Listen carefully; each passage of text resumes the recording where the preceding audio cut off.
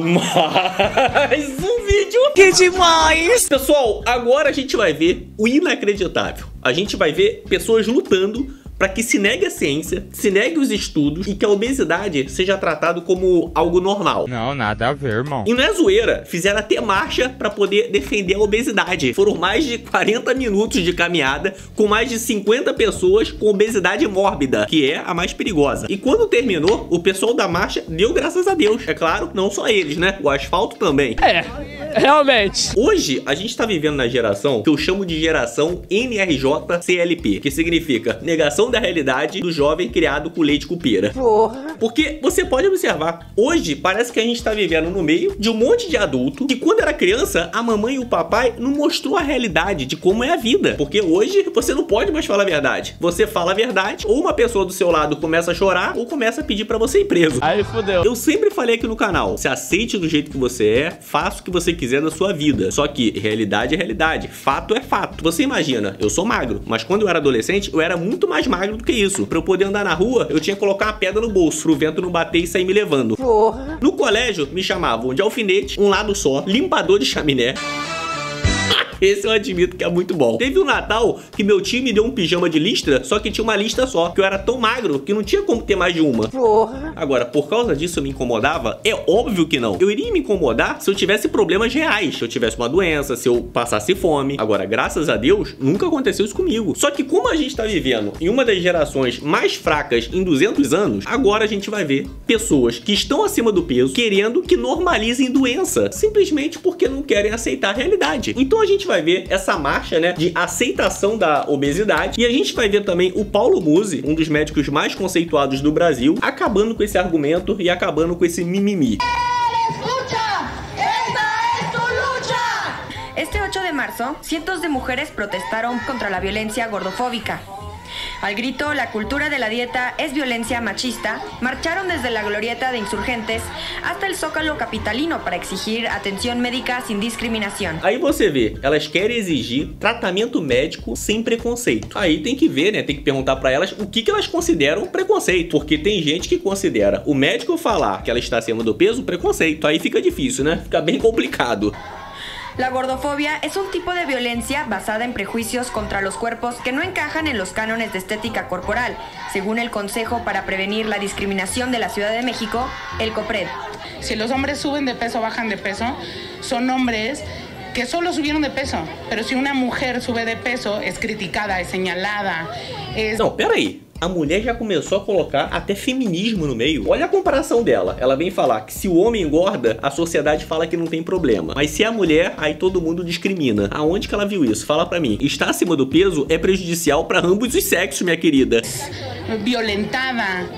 Las mujeres que marcharon en este contingente señalaron que viven discriminación en todos los espacios, incluyendo los centros de salud, donde el personal médico suele atribuir cualquier padecimiento a su peso, muchas veces incluso ignorando sus síntomas o no realizando los exámenes o procedimientos necesarios. Olha o argumento agora. Agora são os médicos que são preconceituosos em falar das doenças relacionadas com a obesidade que podem fazer mal para uma pessoa. Olha só que incrível. Las mujeres de cuerpo grande acuden a consulta y no reciben la atención adecuada. La bandera de salud no tiene que ser violenta. El contingente fue convocado por Priscila Arias, conocida como faccionista, y las médicas feministas Majo Díaz y Mariana Robles. Ah, agora tá explicado o porquê que a mulher adotou a pauta feminista. Uma das organizadoras é feminista, então já viu, né? Pelo visto, a marcha não é só pelo peso, é pelos pelos também. Acompañadas por cientos de mujeres, exigieron el respeto a todos los cuerpos sin importar su peso y un acceso a atención médica digna.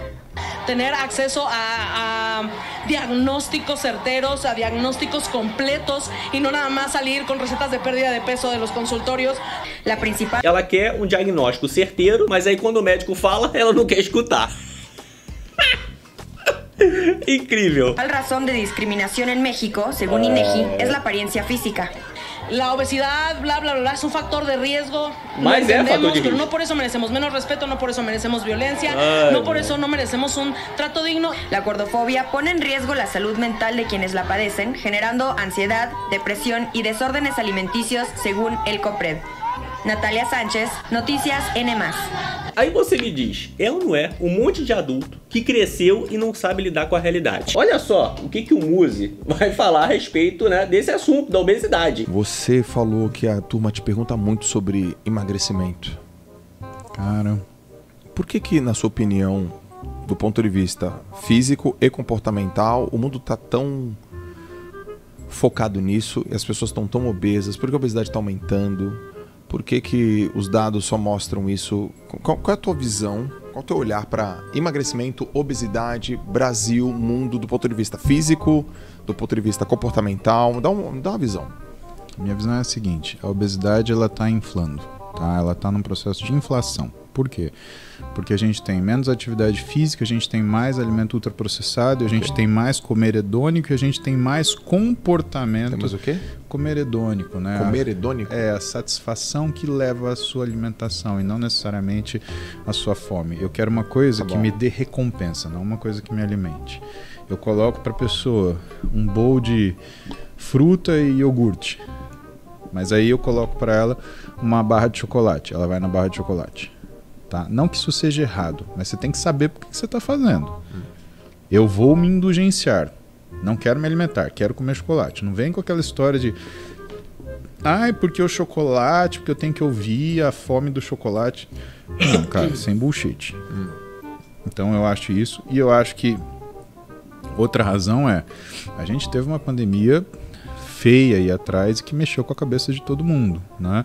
Dentre as 50 doenças mais prevalentes pós-pandemia, cara, pensa que as doenças mentais, né, elas ocuparam um papel muito de protagonismo em tudo isso. Então, basicamente, em relação a doenças mentais, 86% das pessoas, se você juntar tudo, de alteração de memória, até depressão, de ansiedade, até comportamento aversivo, isso daí, 86% das pessoas desenvolveram alguma coisa assim. E compulsão alimentar nem fala, né? Muita gente desenvolveu isso também. Tá? Fez muito mal para a humanidade a forma que foi lidado com a pandemia. Não é a pandemia em si, tem o que as pessoas fizeram com a pandemia. Sim. Tá? Isso fez muito mal para a humanidade, muito mal mesmo. Tá? E existe uma outra coisa que é a forma que as pessoas enxergaram a obesidade, tá? E a forma que as pessoas enxergam, né, o sobrepeso. Então uma coisa é isso aumentando por causa dos comportamentos. Outra coisa é como se fosse alguém colocar um microscópio sobre isso e falar, olha, isso é maior do que parece. E quem colocou isso para ser maior do que parece? Rede social. E hoje, o que eu tô vendo que mais tá pegando hoje nessa geração é a negação da realidade. Quando o médico fala para uma pessoa que ela pode ter doenças por causa da obesidade, por causa do sobrepeso, o médico ele tá dando uma alerta à pessoa sobre uma determinada doença. Ele não está falando para a pessoa não se aceitar, para a pessoa ficar mal, para a pessoa se sentir mal com ela mesma. Muito pelo contrário. Todo mundo tem que se aceitar do jeito que é. Agora, a pessoa está sendo alertada sobre os riscos que ela tá correndo. É que nem quando você tem um familiar, um amigo que fuma, o que você vai falar pra ele? Olha, você tá correndo risco fumando essa merda. Você pode ter um câncer, você pode ter um infarto, você pode ficar que nem o meu avô. E eu não tô falando no quesito fralda, eu tô falando do quesito libido. A pessoa está sendo avisada sobre os malefícios que ela pode trazer pra ela mesma com aquilo que ela está fazendo. Ou seja, a pessoa está falando uma realidade, um fato pra outra pessoa, está avisando. E o que está acontecendo hoje é basicamente a pessoa pegar tudo que ela sabe, vamos dizer que nem o exemplo do cigarro que eu dei aqui, e falar, você é um mentiroso, isso não faz mal. Aí chega no ponto que eu falei, a negação da realidade. E hoje isso tá tão acentuado, mas tão acentuado, que há pouco tempo atrás, em um concurso de beleza para mulheres, que quem ganhou o concurso foi uma trans acima do peso. E não é sacanagem. Olha só isso aqui. Eu acho que eu não preciso nem falar, né? Quem que ganhou, né? Isso em um concurso de beleza. Aí você imagina a cabeça das mulheres que malharam o ano inteiro pro concurso, se embelezaram toda pra poder ir pro concurso. Aí quando chega lá, descobre que o caminhão de estacionamento que ganhou. Realmente é um pouco bizarro, né? Comenta aqui embaixo o que você tem achado desse politicamente correto e dessa negação da realidade que tá basicamente se tornando um hábito nessa geração que a gente tá vivendo. Assista também o vídeo anterior a esse, eu separei 2 vídeos top pra você assistir, é só você clicar aqui na tela. Espero que tenha gostado do conteúdo e a gente se vê aonde, meus queridos? A gente se vê no próximo vídeo, seu animal.